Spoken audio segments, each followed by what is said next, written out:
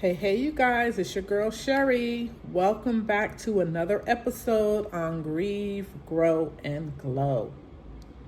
Today is another special episode. It's basically more of a recap on the video that I dropped on Friday. I had a special guest, my girlfriend Shanita, who had lost her husband in August. I had her on the platform sharing her testimony, her experience on dealing with grief as a widow perspective. So today I'm just going to kind of go through some takeaways that I thought would be helpful for someone that is still grieving their husband, their fiance, their mother. It all ties in together, right? Again, before I start the episode today, let's do some housekeeping, okay? Again, like the video, share the video, comment. If you have questions, drop it below. We welcome your comments, okay? So one of the takeaways that I got from speaking with my girlfriend on losing her husband, and it's something that I kind of resonate as well through my grief journey, is we talked about giving yourself permission to grieve, right? Not setting any timelines, because grief doesn't have an expiration, right? It varies from person to person. And we talked about, people, they really don't know what to say to you when you're dealing with grief, especially when it's been an extended period of time, right? Sometimes you get the feeling that people are just like, kind of get over it. Why are you still grieving? And obviously that's not the right thing to say to people, right? It's very disrespectful. It's insulting. So some words of advisement, encouragement when you're interacting with someone that has lost a loved one, if it's been a month, a year, 10 years, be mindful. Be respectful, okay?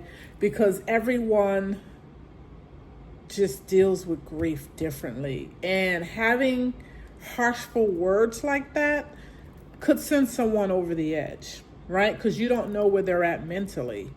Something that Shanita and I talked about, like we were strong enough to be able to let people know, that's it's hurtful, or back away. Don't even say anything, right? Or just kind of get away from those people, right? But everybody doesn't have that courage, or are not in a space where they can receive something like that, if that makes sense, right? So I just always say, be respectful of someone that is grieving. Grief hits everyone in different ways. Everyone experiences grief in different capacities. And there's no rule book for grief, right? We are all learning as we experience it. Hearing my girlfriend Shanita's experience when she lost her husband was eye-opening for me.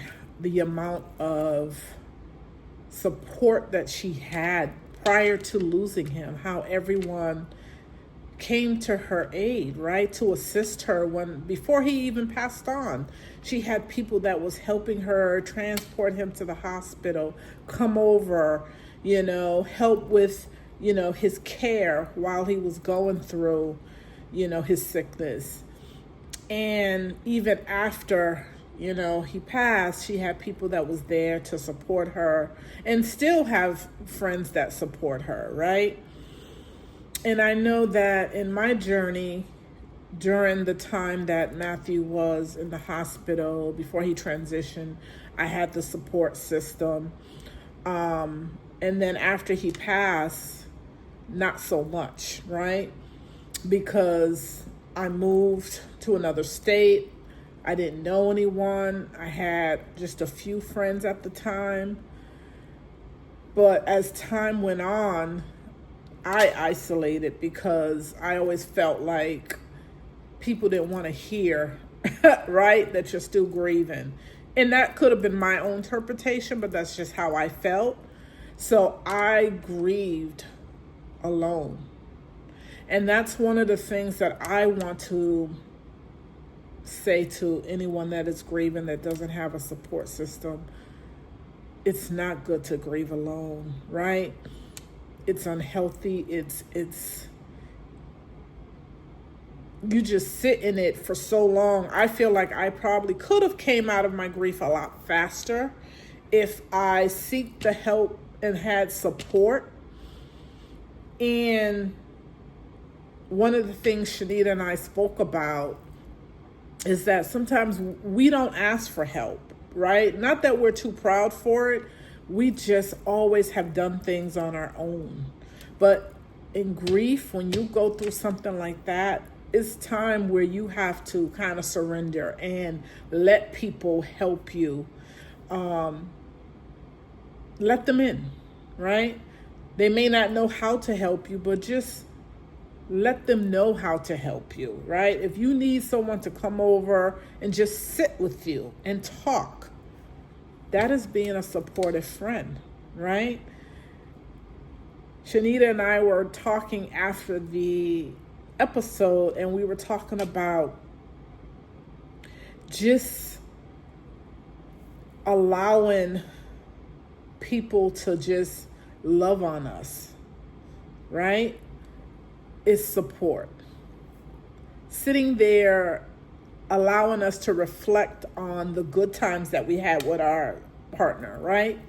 That is support, because it brings a smile to our face. It brings joy to your face, right? When you sit there and you talk about your loved one, it's a form of healing.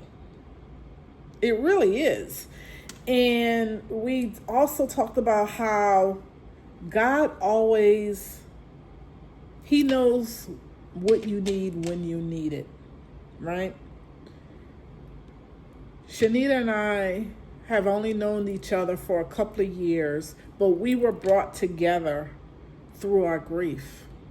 We met at a conference, and I know it was God orchestrated how we sat at the same table. We had both lost a partner, and how we are actually bonding through our grief now, right?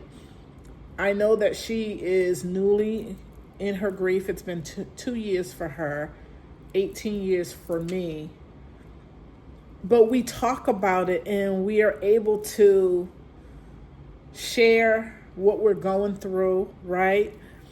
How we can help other people move forward in their grief. How we could be a support system to people that are been in grief for a while or newly in grief, right? And I'm thankful that God has placed her in my life, because now when I talk about my grief, I don't feel like I need to be hushed or you're still talking about that. You know what I'm saying? It is healthy to talk about it because you're getting it off your chest. So going through grief multiple times, it's hurtful. It's a lot. It can be a lot. It could bring up old wounds, right? So one of the things that I want to share with you guys today is find a support group, a counseling, grief share. If you have friends that are close to you that you truly, truly, truly trust, and if there's things that are on your heart that you haven't let out, let it out, right? Journal. I've never been a person that likes to write. I don't know how I wrote 2 books, right? But writing it in a journal, writing your thoughts, because when you see it on paper, it's like the heaviness is being released. So I really suggest to find some outlet that's going to be helpful to you to release it. Just holding on to that pain it's not healthy, right? So I am so grateful that she was able to come on. I can hear her experience, and that I can bring it on this platform for someone that is dealing with the loss of a spouse, a partner, a mother. It all kind of ties in on how to move forward and the tools that you can use to help you heal, right? So I wanted to come on really quick and just do a quick video because I will not be on the channel next Sunday. I am traveling because I lost my godmother, so I will be out of town paying my respects and burying my godmother. So I just wanted to be able to put another video out for you guys to know that, for Sunday, because normally I drop the videos on Sunday. So I did 2 this week for you guys. That's how much I care about you. Okay, so you have 2 videos. So I will be back on the channel next Sunday. So in the meantime, I want to wish you guys a happy Sunday. I hope you guys are relaxing, you had a good worship service, and that you have a blessed week. It's going to be hot. I don't know where you're located, but in VA, it's going to be hot. So stay warm, stay blessed, and remember, like, share, and comment. All right, this is your girl, Sherry. Deuces.